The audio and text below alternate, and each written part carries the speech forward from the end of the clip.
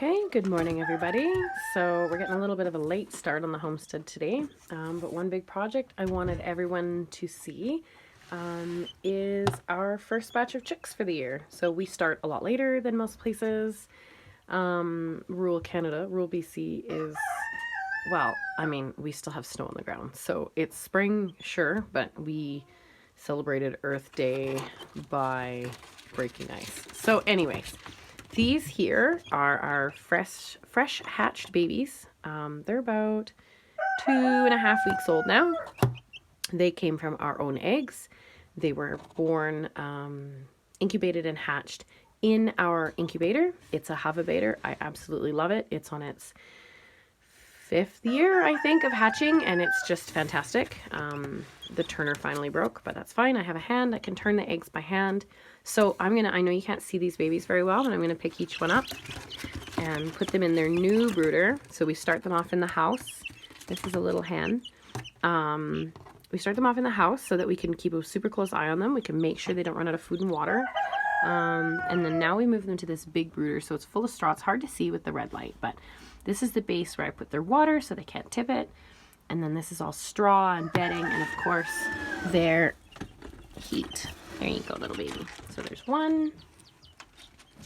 And they're super scared because this is all big and scary. 2.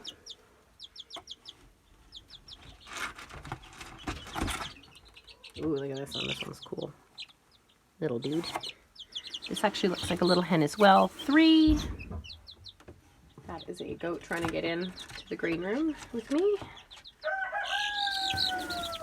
4. And as they get more and more in here, they're going to get more confident and they'll start pecking around and checking it out. 5. Stick that somewhere. Okay. So we're at 5. 6.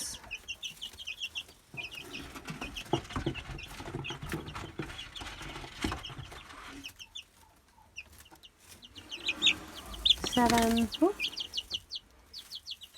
Now these chickens are what we call a barnyard mix, but oh, this one is tiny. Look at this little dude. So little. There you go. 8. This one's really cool as well. It's going to be quite the neat color. So this is, like I said, a barnyard mix. We have a lot of Australorps. We have a handful of Rhode Island Red. We have some kind of Barred Rock or Columbia Rock Rooster. And really this is like year 5 of us hatching our own barnyard mixes. So this year I'm adding a bunch of purebred chicks that I purchased into our flock for fresh blood. But for the most part, we're super happy. Now this hatch actually had, ooh, careful baby, there you go. This hatch actually had maybe 30 eggs, 36 eggs go into the incubator. And as you can see, that is it. We have 11 healthy babies. Now, the reason our hatch count was so low is I didn't realize, look, they're all crazy. This is a whole new space. They're pretty excited. It's big. So I didn't realize when we started this hatch that the incubator turner wasn't working. It's always worked. I hooked it up. I turned them on. I set the eggs. And I checked them 5 days later, only to realize that the turner hadn't been working. So the first 5 days of their incubation, they were not turned, which is a big, big no-no. Generally, a mama hen will turn her eggs many times a day. She just gently rolls them around. And that is so a few reasons. So first of all, so the air sac doesn't detach and it stays where you like it. And there's a dot on the wall, and they're convinced it's something. Gotta peck everything. That's what they do. And it's also because while the tiny little chick is developing, it can stick to one side of the egg if it's not turned. It doesn't develop equally around the egg. That's my understanding of that. So we had a big boo-boo. The eggs were not turned. It was a rabbit jumping down. The eggs were not turned for the first 5 days, and after that I turned them by hand. But it's been a really busy month, so it wasn't necessarily as dedicated as I normally would have been. And even though we had all of those challenges, let's say, we still ended up with 11 beautiful, healthy chicks. I'm really happy with that. Most people probably wouldn't be, but most of the eggs were fertile, and there was just that huge mishap at the beginning with the not turning, so we lost a lot then. These are all the little survivors. They're all super strong and healthy. I'm super happy with that. So, you know, incubation is easy, but any challenge can mean that your count is down, and I think that's okay. Now over here, I'm going to show you one more thing. So of course, like I said, I used a Homestead incubator to incubate these babies. I've been using it 5 years. We love it. Oops, sorry about that. Now over here, I know, I'm not coming close. We have a very broody hen. I tested her by taking her out of the box she really liked and bringing her over here to her own independent cage. Now please note, it's not locked, okay? She does not have to stay in there. She's choosing to. She has water in there in case she doesn't want to go anywhere. And then every morning I put a bowl of food. Of course, yesterday she dumped it. There's food all over the ground. Every morning I put a bowl of food just out here. So yeah, I know you're angry at me. I'm not going to touch you. So I tested her. She stayed broody. She sat on dummy eggs for a few days. Last night I took them away, the dummy eggs, and I gave her 10 beautiful mixed eggs from a different flock. So some really good birds in that flock, some Chanticleer, some Wyandottes, just some really nice chicken breeds in her flock, in this lady's flock. Mosaic, beautiful chickens. And she's local, which means that her birds are also strong and healthy. The noise you're hearing is this dude. This is Mr. Bon Jovi, and he's jumping up and down off of his shelves. So anyway, this is the other way you can incubate chicken eggs. And this method tends to be, once you get a hen that you know is going to sit and you're pretty sure she's broody, this is a very reliable method. She will undoubtedly hatch some babies. We don't know how many. And hopefully, fingers crossed, these little babies that hatch out from underneath this lovely lady will be able to be raised right here in our barn. So when she's done raising them, the barn's a nice safe place where other chickens can't bother them. And when she's done raising them, they will have a good head start before they head out into their flock, into our little mini teenager chicken coop. So this is a second way that you can incubate eggs that is extremely efficient. We love her. She's a good girl. All right, so that's it for today. Our chicken brooder is very simple. I just put them in there so they don't have water, but of course, baby chickens need free access to clean water and good food.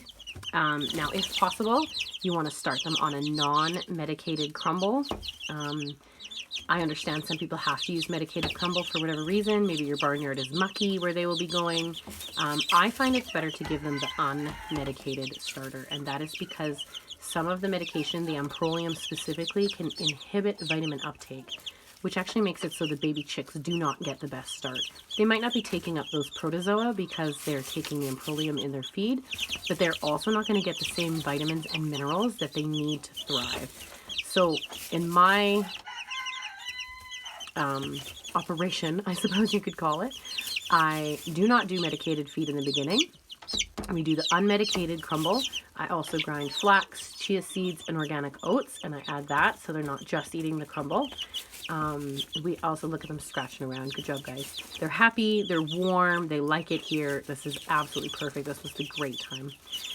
Now, so for their drinking water, we've covered what they should eat, but for their drinking water, unlimited water all of the time. You don't want them to get dehydrated. They're too small. And in their water, when they're little, I tend to give them a little bit of organic honey or organic molasses. Organic molasses is really hard to find. To be fair, I have regular molasses. And a little bit of organic apple cider vinegar. And the molasses or the honey just gives them a little bit of extra nutrients. Honey is actually a natural antibiotic as well. The molasses has iron and all sorts of different sorts of vitamins and minerals. And then the apple cider vinegar makes it so that they're... Some people call it a health tonic, but basically it makes it so that their digestive system is not as habitable to parasites. So they get a really good start. They're strong and they're healthy. We actually had to help a couple of these chicks out of their eggs, which I know is a big no-no in most people's eyes, but the boys will not let me just let a chick die stuck in its egg. So let's just say that I have hatched many, many, many, many chicks, even though I didn't want to. Gently, gently, of course. I have a method that I will show you guys next hatch if I have to hatch any. But long story short, these 11 babies are just doing magnificent. We're super happy. So they will stay in this brooder for a couple weeks. And then what I start doing is I start just opening their door and they can wander around in the barn, which is safe and they can't get outside. And then when that is over and they're getting super, super big, then we move them into our teenager house and they go and live with slightly bigger chickens so they can learn how to be outside. So until then, it's our job to protect them. And I just want to encourage people, if you are trying to get into food sustainability, buy some chicks, raise some chicks, hatch some chicks if you can. I just bought a dozen beautiful hatching eggs for $20. So even if I got 5 chicks out of that, I mean, that would be fantastic. So there you have it, folks. This is a whole new life. We're on season 5 of hatching the exact same birds. Every once in a while, I put in some beautiful purebreds just to add some new blood. And otherwise, our flock is healthy and thriving. And welcome to year 5. Have a lovely day.